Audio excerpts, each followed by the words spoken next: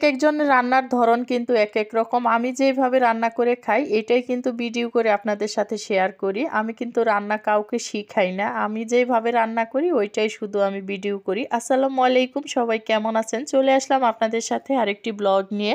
যেভাবে রান্না-বান্না করি ওই ভিডিওটাই কিন্তু দেই। একেকজনের রান্না দেখবেন একেক রকম। আমি কিন্তু মাছ যেটা আমি টাটকা কিনা নিয়ে আসি ওইটা কিন্তু ভাজি করি না। এইভাবে মানে আগে কষাইয়া তারপরে রান্না করি। ছোটবেলা থেকেই দেখছি আম্মা এইভাবে সবসময় রান্না করতো। আমরা আসলে এইভাবেই খাইয়া অভ্যস্ত। তো ওইভাবেই রান্নাটা করতে চেষ্টা করি।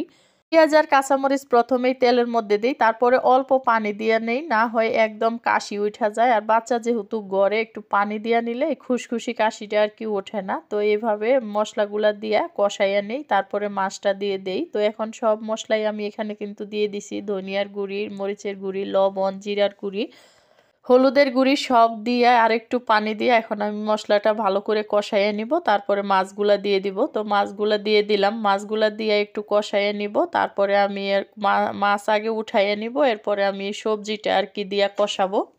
তেমনভাবে কষাবো জানি কষানো মাছও খাওয়া যায়, এরকম একদমই সিদ্ধ করে ফেলবো। তারপরে আমি সবজিটা দিয়ে দিব। এখন মাছ কিন্তু আমি উঠাইয়ে নিতেছি। আমার মাছ কিন্তু খুব ভালোভাবে কষানি হয়ে গেছে।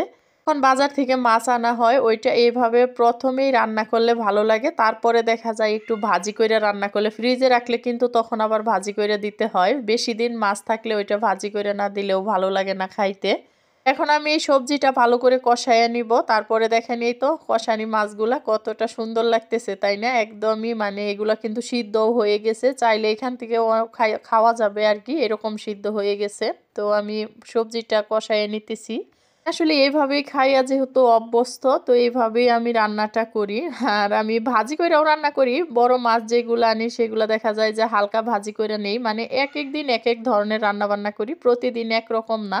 ঝোল দিয়ে দিলাম মাছের মধ্যে, কারণ বেশি ঝোল দিব না। মাছ যেহেতু একদমই সিদ্ধ, সবজিটাও আমার কষানি আইসা সিদ্ধ হয়ে গেছে। অল্প ঝোল দিয়ে দিলাম। এখন আমার একদমই বেশিক্ষণ সময় লাগবে না রান্নাটা হইতে। আর যেহেতু মাছ রান্না আলু দিয়ে বেগুন দিয়ে একটু ঝোল ঝোল তো রাখতেই হবে। এই তো দেখেন আমার রান্নাটা হয়ে গেছে, কতটা লোভনীয় হয়েছে। আর এরকম একটা তরকারি হইলে শীতের দিনে কিন্তু খাইতে ভীষণ ভালো লাগে। তো মাছ রান্না রেডি। এখন অল্প মুরগি রান্না করব। বাচ্চাদের জন্য প্রতিদিনই অল্প অল্প মুরগি রান্না করি। এর জন্য অল্প করেই রান্না করি আর কি, বেশি করে একসাথে রান্না করা হয় না। কারণ আমরা মাছ দিয়ে খাবো আর বাচ্চারা মুরগি দিয়ে খাবে। ওরা মানে এই কাটা মাছগুলো আর কি খাইতে পারে না।